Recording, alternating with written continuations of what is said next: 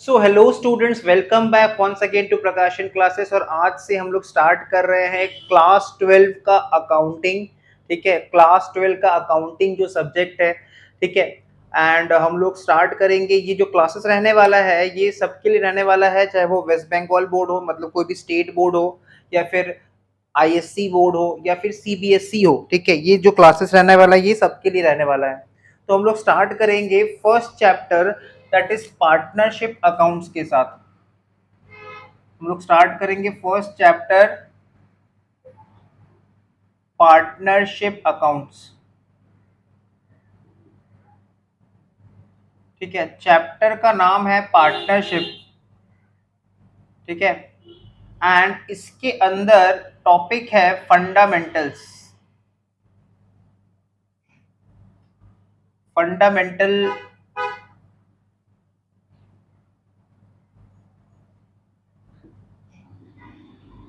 Basic concepts.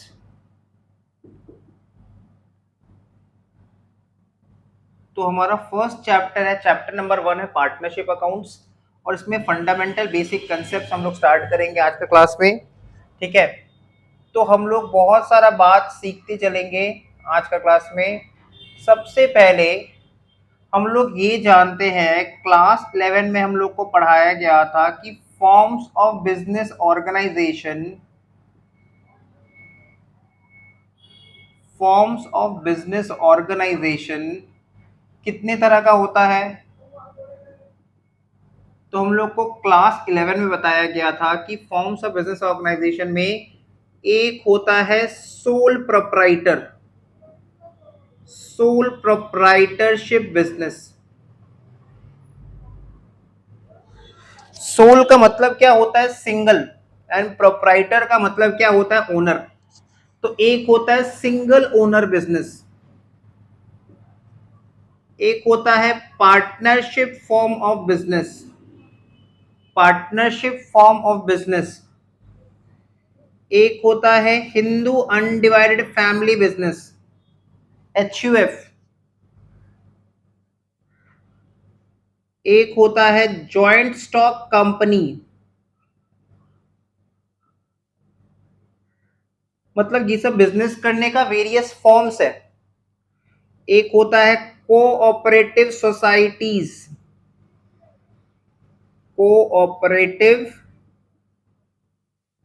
Societies business. तो class 11 में हम लोग को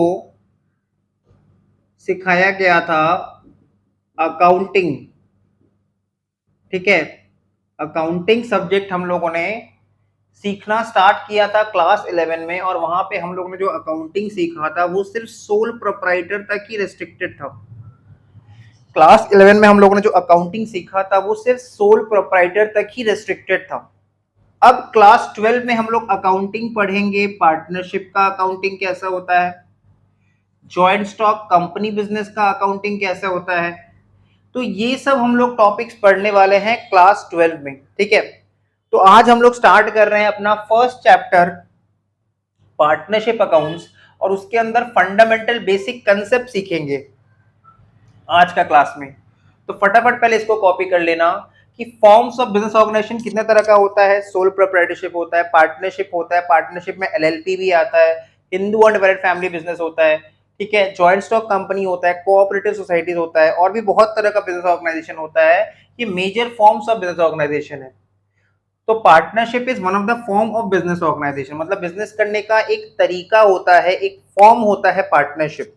ठीक है, ये हम लोग फर्स्ट बुलेट दे के लिख दिए। क्लियर। अब आते हैं सेकेंड बुलेट, इसके बाद वाला पॉइंट कॉपी में हम लोग नोट डाउन करेंगे। इसके बाद वाला point, next point,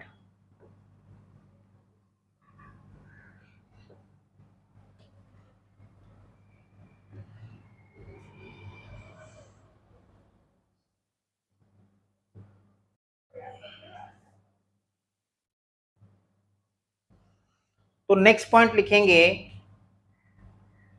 according to,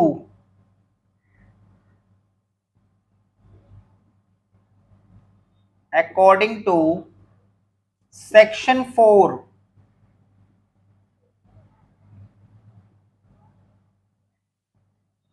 of the Indian Partnership Act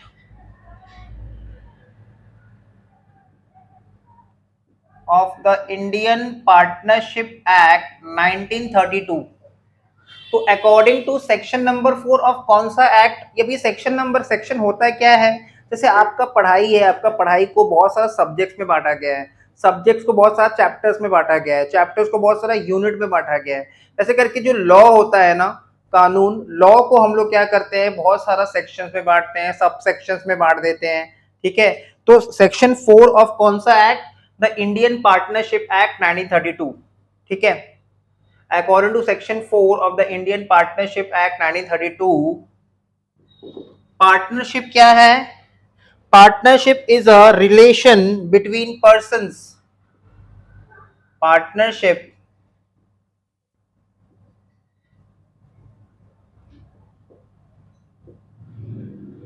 is a relation. ये एक रिलेशन है between persons,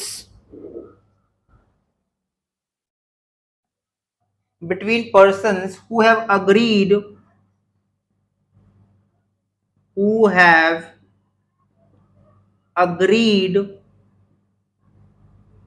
to share profits, who have agreed to share profits, who have agreed to share profits of a business, who have agreed to share profits of a business carried on by all, or carried on by all or carried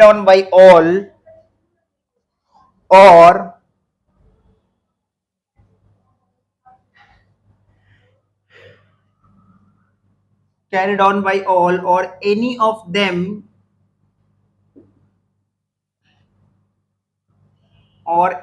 them, acting for all, any of them acting for all। तो fundamental basic concept में पहला point हम लोग क्या पढ़ रहे हैं कि according to section 4 of the Indian partnership act 1932, partnership एक रिलेशन है, it's a relation between persons who have agreed to share profits, ठीक है, जिन्होंने एग्री किया है कि वो लोग प्रॉफिट शेयर करेंगे एक बिजनेस का, जो which will be carried on by all the partners, ठीक है, जहां पे हम सारा पार्टनर्स लोग बिजनेस को कैरी आउट कर रहा है, बिजनेस में सारा फंक्शंस परफॉर्म कर रहा है, मैनेजरियल एक्टिविटी संभाल रहा है, ठीक है। तो business is carried on by all और any of them acting for all. मान लो बिजनेस में 4 पार्टनर है और चारों मिल के काम कर रहा है, ठीक है, सब कोई बिजनेस को मैनेज कर रहा है, तो business is being carried on by all, but 4 partner है जिसमें से सिर्फ एक पार्टनर ही काम कर रहा है, बाकी 3 पार्टनर अपना उतना कंट्रीब्यूशन, उतना टाइम, अपना एफर्ट नहीं दे रहे हैं। तो in that case any of them acting for all, मतलब एक पर्सन जो एक्ट करेगा, जो एक्टिविटी का पार्ट बनेगा, ठीक है, जो एक्टिविटी कंडक्ट करेगा डेली बेसिस पे, डे टू डे बेसिस पे, मैनेजमेंट को संभालेगा on behalf of other partners. तो पार्टनरशिप क्या है, इट्स अ रिलेशन, ठीक है, according to section 4 of the Indian partnership act 1932। ध्यान से देखो, ये एक्ट कब बना था, प्री इंडिपेंडेंस, मतलब ये जो एक्ट बना है ये ब्रिटिश लॉ के अकॉर्डिंग बना है, ये इंडियन लॉ के अकॉर्डिंग नहीं बना है, क्योंकि उस समय हमारे इंडिया में बदमाश ब्रिटिशर्स लोग थे, ठीक है। तो ब्रिटिश लॉ के अकॉर्डिंग ये एक्ट बना है according to section 4 of the Indian partnership act 1932। Partnership क्या है, इट इज अ रिलेशन, ये एक रिलेशन है between the persons who have agreed to share profits, ठीक है, of a business carried on by all और any of them acting for all. अब लिखेंगे हम लोग सेकेंड पॉइंट, ठीक है, सेकेंड पॉइंट। नेक्स्ट पॉइंट हम लोग लिखेंगे the persons the persons who have entered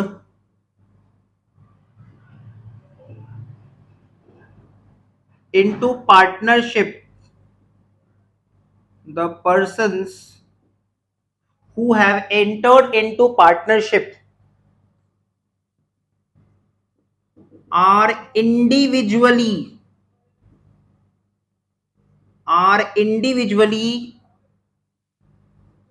called partners.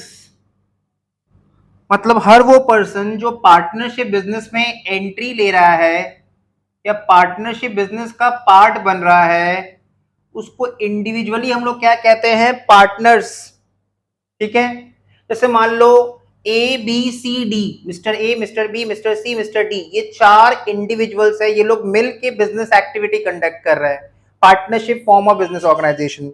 तो मिस्टर ए इंडिविजुअली क्या माना जाएगा? पार्टनर। मिस्टर बी इंडिविजुअली क्या माना जाएगा? पार्टनर। तो वही बात लिख रहा है, the person who have entered into the partnership are individually called partners and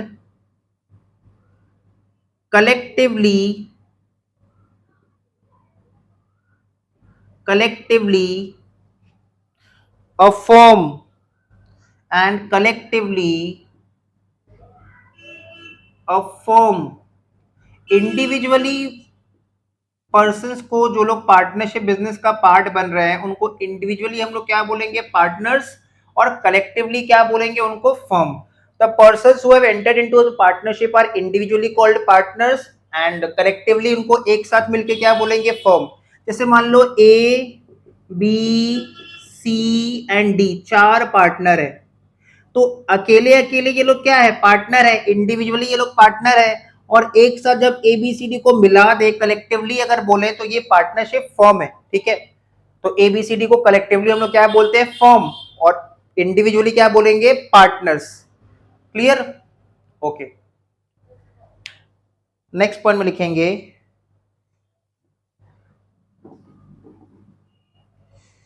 अब हर बिजनेस का देखो कुछ नाम होता है। ठीक है, हर बिजनेस का कुछ नाम होता है, तो लिखो the name under which business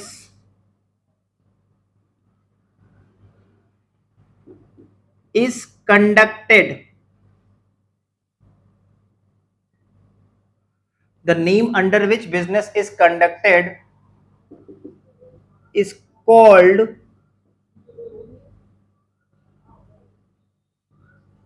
firm name। ठीक है, जिस नाम से हम लोग बिजनेस कंडक्ट करते हैं उसको हम लोग क्या कहते हैं? Firm name. ठीक है, पार्टनरशिप फर्म का कुछ तो नाम होगा, जैसे ABC and company, Verma and company, Sharma and company. एक चीज समझो, हम लोग नाम से बिजनेस को कैसे पहचानते हैं? सो फॉर एग्जाम्पल लिखा हुआ है एबीसी एंड कंपनी, तो बहुत ध्यान देना, ये लिखा है एबीसी एंड कंपनी, बट क्या ये कंपनी फॉर्म ऑफ बिजनेस है? नहीं, ये कंपनी फॉर्म ऑफ बिजनेस नहीं है। इसी को बोलते हैं पार्टनरशिप फॉर्म, ये एक पार्टनरशिप फॉर्म है। तो आज के बाद अगर कभी भी तुमने देखा कि अगर लिखा हुआ है Verma and company, Sharma and company, Dharma and company, Karma and company, तो तुम समझ जाना कि वो पार्टनरशिप फॉर्म है जिसमें A B C major partner है और बाकी उसका चेला लोग और भी है ना। एक पार्टनरशिप फॉर्म में जरूरी थोड़ी है खाली ए बी सी होगा, डी ई एफ ऐसा बहुत लोग हैं। तो जो मेजर पार्टनर है उनका नाम हम लोग लिख रहे हैं एंड कंपनी, ये साथ वाला कंपनी है, जैसे आई लाइक योर कंपनी वो वाला कंपनी है, ये जॉइंट स्टॉक कंपनी वाला कंपनी नहीं है। अब जैसे मान लो लिखा हुआ है एबीसी लिमिटेड, तो समझ जाना कि ये एक पब्लिक लिमिटेड कंपनी है। एबीसी लिमिटेड एक पब्लिक लिमिटेड कंपनी है। एबीसी पीवीटी एलटीडी मतलब ये एक प्राइवेट लिमिटेड कंपनी है। एबीसी ओपीसी मतलब ये एक 1% कंपनी है। तो तुम देखो, हमको नाम से पहचानना है कि एबीसी एंड को क्या है? एक पार्टनरशिप फॉर्म है ना। तो ये इसका नाम है ना, तो इसी को हम लोग क्या बोलते हैं? Firm name. इसी को हम लोग क्या बोलते हैं? Firm name. Next,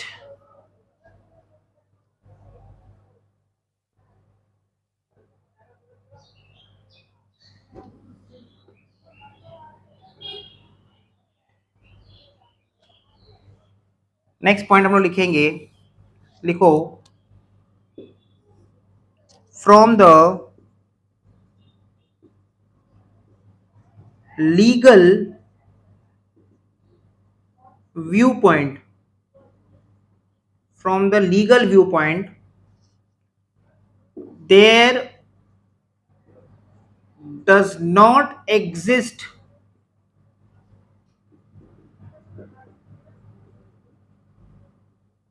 any separate legal entity, any separate legal entity in context of partnership, in context of partnership. From the legal viewpoint, there does not exist any separate legal entity in context of partnership. Therefore, liability of partners in a partnership firm is unlimited.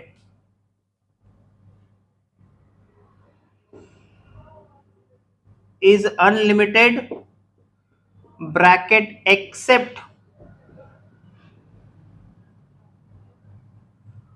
in case of LLP. अब ये पूरा paragraph explain कर रहे हैं, देखो इसका मतलब क्या है।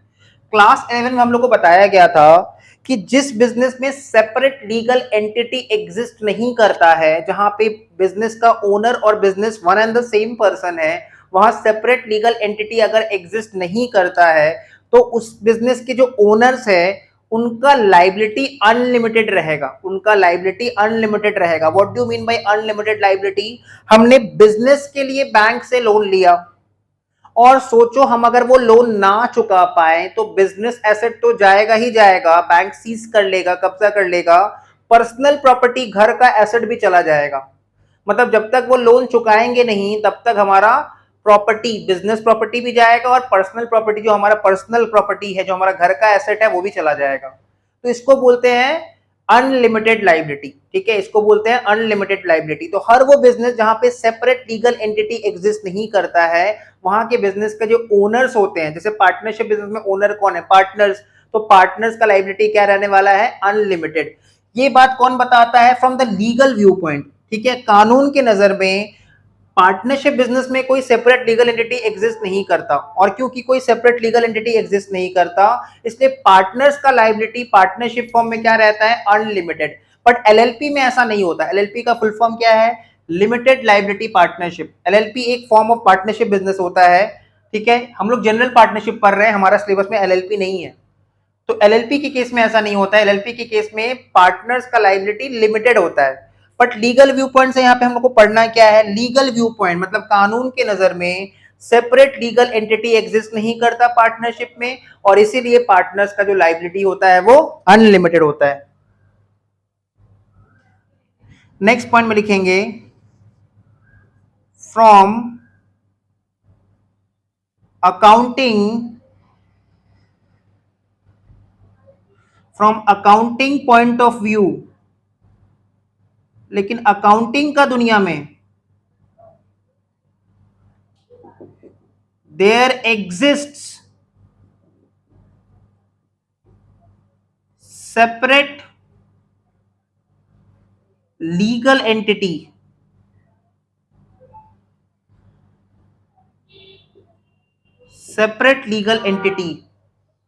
in context of partnership।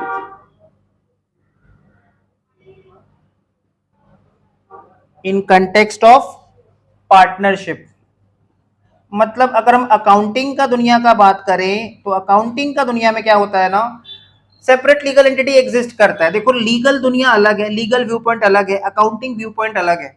तो अकाउंटिंग बोलता है कि हर बिजनेस में सेपरेट लीगल एंटिटी एग्जिस्ट करता है, मतलब बिजनेस के ओनर्स अलग है और बिजनेस अलग है। ठीक है, तो ये सब हम लोगों ने कुछ बेसिक कंसेप्ट अभी तक देखा है, हम लोग नेक्स्ट अभी और लिखेंगे बेसिक कंसेप्ट। पहले यहां तक इसको मिटा देते हैं। नेक्स्ट पॉइंट लिखते हैं, in context of partnership,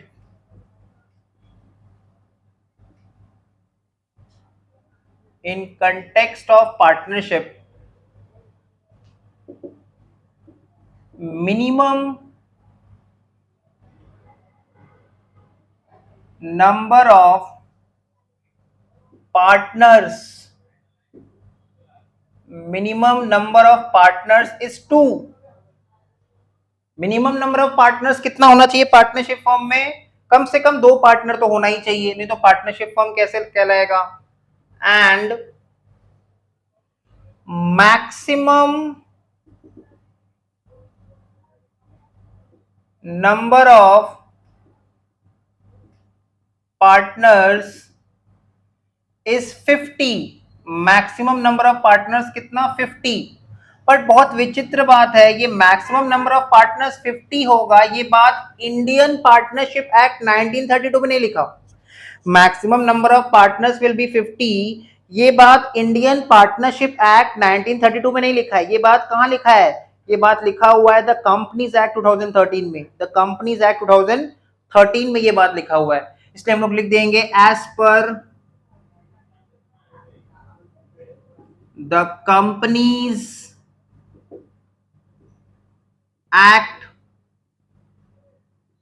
2013, as per the companies act 2013। तो पार्टनरशिप में कम से कम कितना पार्टनर होना चाहिए? 2, और मैक्सिमम कितना नंबर ऑफ पार्टनर्स होना चाहिए? 50। तो मैक्सिमम नंबर ऑफ पार्टनर्स 50 होगा, ये बात कहां लिखा हुआ है? बहुत ही विचित्र बात है, बहुत ही अजीब बात है, ये बात लिखा हुआ है द कंपनीज एक्ट 2013 में। ठीक है, नेक्स्ट हम लोग लिखेंगे एग्रीमेंट के बारे में। एग्रीमेंट, तो एग्रीमेंट का मतलब क्या होता है? देखो, एग्रीमेंट का मतलब 2 पर्सन कम से कम होना चाहिए एग्रीमेंट करने के लिए। We need to have plurality of person, a single person cannot have agreement with himself. ठीक है, हमको एग्रीमेंट करने के लिए कम से कम 2 लोगों का होना जरूरी है, और एक सब्जेक्ट मैटर का होना जरूरी है, और एक सब्जेक्ट मैटर का होना जरूरी है। जैसे मान लो मेरे एक फ्रेंड ने हमसे पूछा कि क्या तुम शाम को मूवी देखने चलोगे? तो मैंने उसको बोला कि हाँ चलेंगे। तो देखो सब्जेक्ट मैटर क्या था, मूवी देखने जाना है या नहीं जाना है। उसने मुझसे पूछा, मैंने हाँ बोल दिया, तो हो गया एग्रीमेंट। ठीक है, इसको कहते हैं एग्रीमेंट। अब पार्टनरशिप के बिजनेस में ना ये एग्रीमेंट बहुत इंपॉर्टेंट है। Partnership comes into existence only by an agreement. देखो पार्टनरशिप बिजनेस में एग्रीमेंट मतलब पहले से कुछ मैटर्स डिस्कस हो जाना बहुत जरूरी है, नहीं तो आगे चल के क्या होगा ना, लड़ाई झगड़ा हो जाएगा। पहले से ही सारा मैटर्स का डिस्कशन हो जाना और पार्टनर्स के बीच में एग्रीमेंट हो जाना बहुत जरूरी है। तो एग्रीमेंट रिगार्डिंग पॉइंट में हम लोग लिखेंगे, लिखो partnership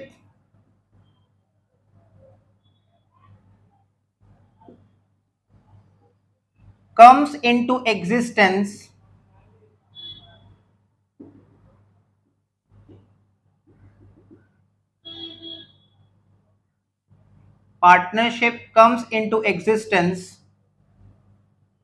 by an agreement,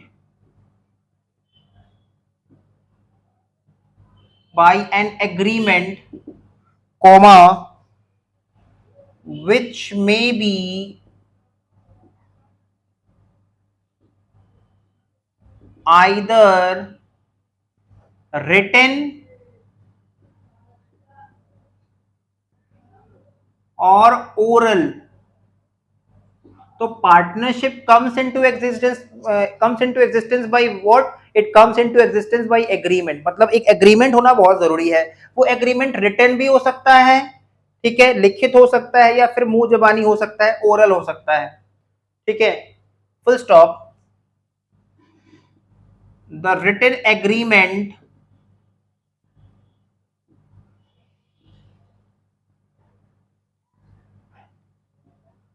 among partners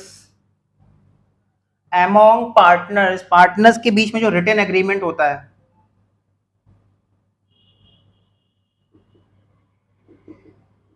is termed as partnership deed. तो जो रिटन एग्रीमेंट होता है पार्टनर्स के बीच में, उसी को हम लोग क्या कह देते हैं, पार्टनरशिप डीड कह देते हैं। ठीक है, पार्टनरशिप डीड। तो पार्टनर्स के बीच में जो रिटन एग्रीमेंट होता है उसी को हम लोग कह देते हैं पार्टनरशिप डीड। नेक्स्ट पॉइंट हम लोग लिखेंगे कि पार्टनरशिप डीड क्या होता है। ये पार्टनरशिप डीड क्या चीज है।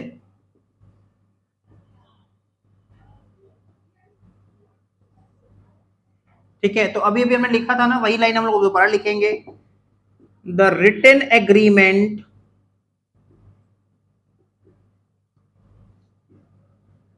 the written agreement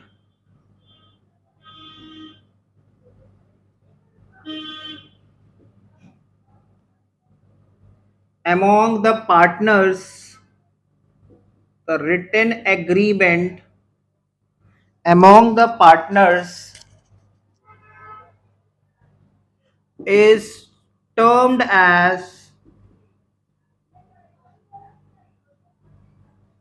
is termed as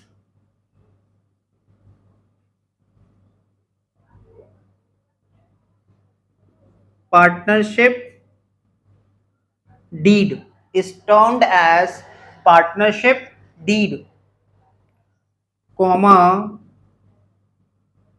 which is a legal document। देखो पार्टनरशिप डीड ना एक लीगल डॉक्यूमेंट होता है। लीगल डॉक्यूमेंट क्या होता है, जिसको हम लोग कोर्ट ऑफ लॉ में प्रेजेंट कर सकते हैं। ठीक है, any document which can be presented in the court of law, जिसको हम कोर्ट में प्रेजेंट कर सकते हैं, उसको कहते हैं legal document. And may contain the following clauses, it may contain the following clauses. उसमें कुछ क्लॉजेस हो सकता है। अब ये क्लॉजेस होता है क्या है, एग्रीमेंट में ना पॉइंट बाय पॉइंट या पैराग्राफ फॉर्म में बहुत सारा बात लिखा रहता है, तो हर पैराग्राफ अपने आप में एक क्लॉज होता है। ठीक है, जैसे तुम देखो अभी तुम अपना नोट्स मेंटेन कर रहे हो, तो हर पॉइंट बाय पॉइंट लिख रहे हो ना, है ना, सेपरेट पैराग्राफ सेपरेट पॉइंट। वैसे एग्रीमेंट में जो रिटन एग्रीमेंट होता है उसमें पैराग्राफ फॉर्म में होता है हर एक चीज। ठीक है, उसको हम लोग क्लॉज कहते हैं। ठीक है, क्या क्या लिखा रहेगा, amount of capital,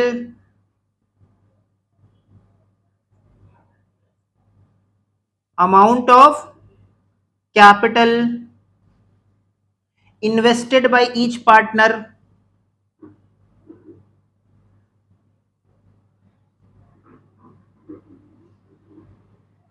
amount of capital invested by each partner। ठीक है, कौन सा पार्टनर कितना कैपिटल लेके आया।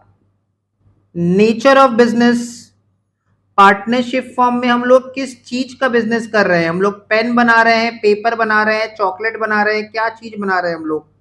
ठीक है, nature of business, clear.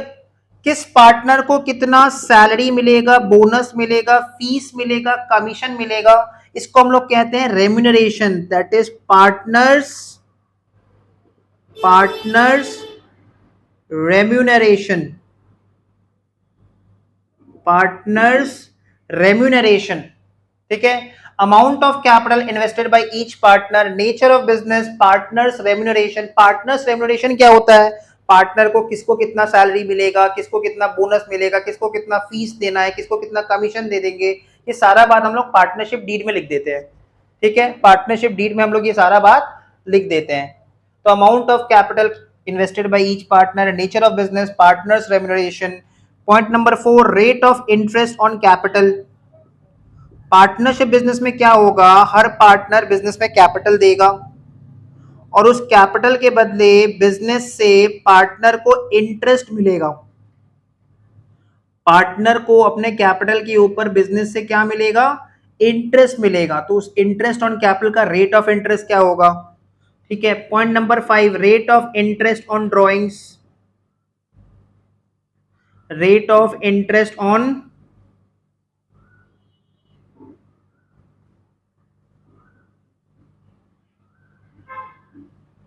Drawings, rate of interest on drawings, ठीक है, प्रॉफिट शेयरिंग रेशियो एक्सेट्रा। तो ये सब कुछ कुछ बात हम लोग पार्टनरशिप डीड में पहले से ही मेंशन कर देते हैं, ताकि पार्टनरशिप बिजनेस में आगे चल के पार्टनर्स के बीच में कोई लड़ाई झगड़ा ना हो जाए, ठीक है, सब कुछ सही सही चलता रहे। इसलिए हम लोग क्या करते हैं, पार्टनरशिप डीड बनाते हैं और उसमें सारा बात मेंशन कर देते हैं। क्लियर, आगे बढ़ते हैं। अब देखो क्लास 11 में वैसे तो हमने पढ़ा था कि पार्टनर्स बहुत तरह के होते हैं। एक होता है सीक्रेट पार्टनर, एक होता है पार्टनर्स बाय एस्टोपेल, एक होता है partners by holding out, active partner, sleeping partner. But हम लोग इस चैप्टर में अभी फिलहाल दो ही पार्टनर के बारे में थोड़ा सा रिवीजन करेंगे, थोड़ा सा डिस्कशन करेंगे, ठीक है। एक होता है स्लीपिंग पार्टनर, एक होता है स्लीपिंग पार्टनर, जिसको हम लोग डोरमेंट पार्टनर भी कहते हैं। तो स्लीपिंग पार्टनर को हम लोग क्या कहते हैं, डोरमेंट पार्टनर। तो दूसरी तरफ होता है एक्टिव पार्टनर,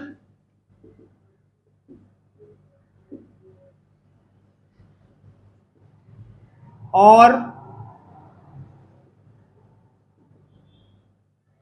वर्किंग पार्टनर, ठीक है, एक्टिव पार्टनर और वर्किंग पार्टनर। देखो स्लीपिंग पार्टनर क्या काम करता है, स्लीपिंग पार्टनर ना सब बिजनेस में कैपिटल लगाएगा, ठीक है, वो डे टू डे मैनेजमेंट का पार्ट नहीं बनता। वो बिजनेस में कैपिटल इन्वेस्टमेंट कर देगा और ईयर एंड में अपना प्रॉफिट लेने के लिए आ जाएगा। उसको बोलेंगे तुम रोज आके बिजनेस में मैनेजमेंट का पार्ट बनो, हिसाब किताब देखो, हिसाब किताब समझो, या फिर बिजनेस एक्टिविटी कंडक्ट करो, वो इसमें इंटरेस्टेड नहीं है, ठीक है। इसलिए इसको हम बोलते हैं स्लीपिंग पार्टनर या फिर डोरमेंट पार्टनर। तो लिखेंगे a partner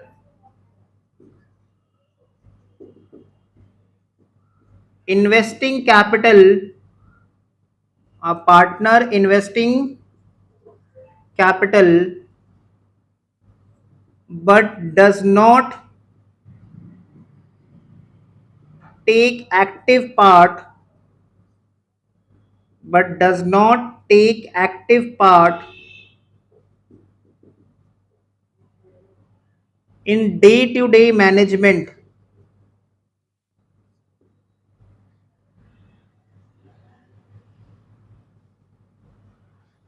in day to day management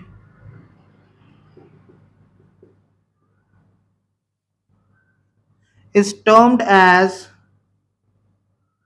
sleeping partner,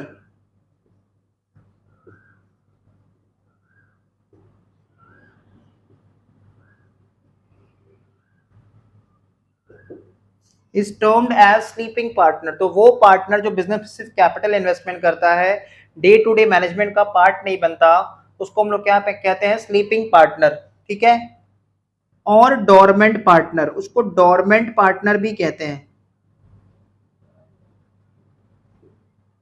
dormant partner. Active या फिर वर्किंग पार्टनर कौन होता है, जो डे टू डे मैनेजमेंट का पार्ट बनता है, जो day to day management business activities को संभालता है, मैनेजरियल एक्टिविटीज करता है, बिजनेस का मैनेजमेंट करता है, ठीक है। सेल्स करने के लिए क्या कुछ प्रोग्राम मतलब अडॉप्ट करना पड़ेगा, या फिर क्या टेक्निक्स यूज करना पड़ेगा जिससे हम अपना सेल्स को प्रमोट कर सके, सेल्स बिजनेस में ग्रोथ ला सके। तो ये सारा काम कौन देखता है, एक्टिव पार्टनर देखता है। तो लिखो अब partner involved oblique engaged, a partner involved oblique engaged in day to day management, in day to day management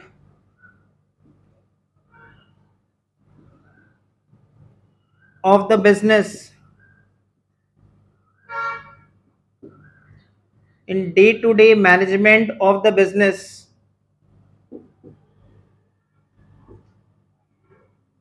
in day to day management of the business is termed as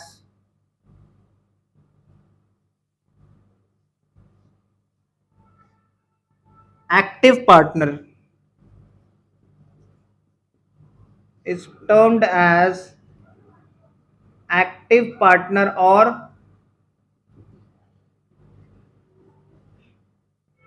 working partner, active partner और working partner. ठीक है, तो ये दो तरह का partners को हमने डिस्कस कर लिया। आज का क्लास को हम लोग यहीं तक रखेंगे।